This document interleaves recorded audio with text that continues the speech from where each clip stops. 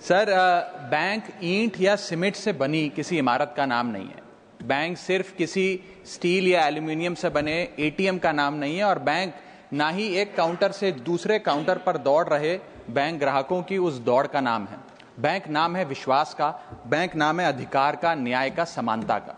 लेकिन पिछले कुछ वर्षों में यह विश्वास जो ग्राहकों का बैंकिंग व्यवस्था में था, वो कहीं ना कहीं कमजोर होता नजर आ रहा है, और उसके कुछ बुनियादी कारण, बहुत ही बेसिक कारण आज मैं सदन में आपके माध्यम से सरकार के सामने रखना चाहूंगा। सबसे पहला, पुअर कस्टमर सर्विस। यदि आज किसी ग्राहक को सरकारी बैंक में किसी काम से जाना हो, तो मान लीजिए उसके ग्रह खराब चल रहे हैं और दिहाड़ी भी खराब होगी। कोई नौकरी पेशा आदमी हो तो ऑफिस से छुट्टी लेनी पड़ती है, कोई स्टूडेंट हो तो प्रैक्टिकल का एग्जाम मिस करना पड़ता है, यहां तक कि साधारण सी पासबुक अपडेट कराने भी जाना हो तो वो भी एक संघर्षशील सफर में तब्दील हो जाता है। मैडम, आप जब किसी सरकारी बैंक में घुसते हैं तो ऐसा लगता है कि 80 या 90 की दशक की किसी इमारत में आ गए हैं, जहां पे दीवारें उखड़ रही होती हैं, पंखा अपनी मर्जी से चलता है और लाइनें रेल टिकट से भी ज्यादा लंबी होती हैं। इसके बाद जब आप काउंटर नंबर 1 पे पहुंचते हैं तो बताया जाता है काम यहां नहीं होगा, काउंटर नंबर 4 पर जाइए। जब काउंटर नंबर 4 पे जाते हैं तो बताया जाएगा यहां पर भी काम नहीं होगा, फर्स्ट फ्लोर पर जाइए। और जब आप थके हारे फर्स्ट फ्लोर पर पहुंचते हैं तो बताया जाता है कि लंच हो गया है, लंच के बाद 2 बजे आइएगा।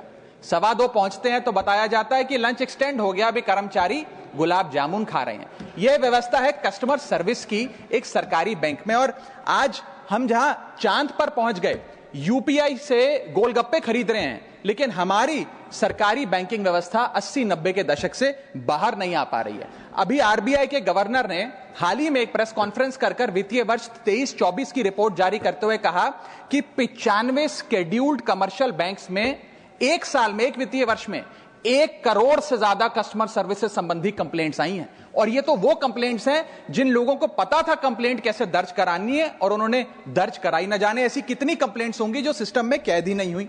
इसी के साथ साथ बैंकिंग कोड और स्टैंडर्ड्स बोर्ड ऑफ इंडिया का एक सर्वे बताता है कि 45% बैंक कस्टमर्स बैंकिंग व्यवस्था से डिससैटिस्फाइड हैं, असंतुष्ट हैं। और मैं चाहूंगा आपके माध्यम से सरकार के कानों तक ये बात पहुंचे कि डिजिटल सर्विसेज का एक कस्टमर सेटिस्फैक्शन ऑडिट कराना चाहिए सरकारी बैंकों का, कि क्या हमारी सरकारी बैंकों की वेबसाइट का इंटरफेस या मोबाइल एप्लीकेशंस सरल हैं, अच्छी हैं, या कस्टमर्स उससे त्रस्त हैं।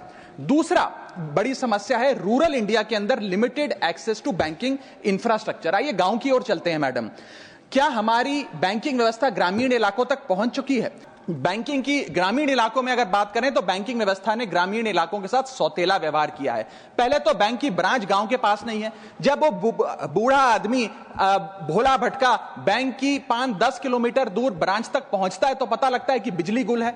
बिजली आ जाती है तो पता लगता है सर्वर डाउन हो गया है। सर्वर भी चल जाता है तो पता लगता है आधार सीडिंग में दिक्कत है, फिंगरप्रिंट मिसमैच हो रहा है, या बैंक अकाउंट की मैपिंग ही नहीं हो पा रही है। डॉक्यूमेंटेशन से लेकर कॉम्प्लिकेटेड फॉर्म से लेकर लैंग्वेज के चैलेंजेस तक ग्रामीण इलाकों में लोगों को झेलने पड़ते हैं। और सबसे ज्यादा बैंकिंग फ्रॉड भी गांव के भोले भाले आदमी के साथ होता है। इसी के चलते हमारे गांव का आदमी प्राइवेट निजी साहूकार के पास जाकर लोन लेना बेहतर समझता है, ना कि किसी बैंक के पास जाकर।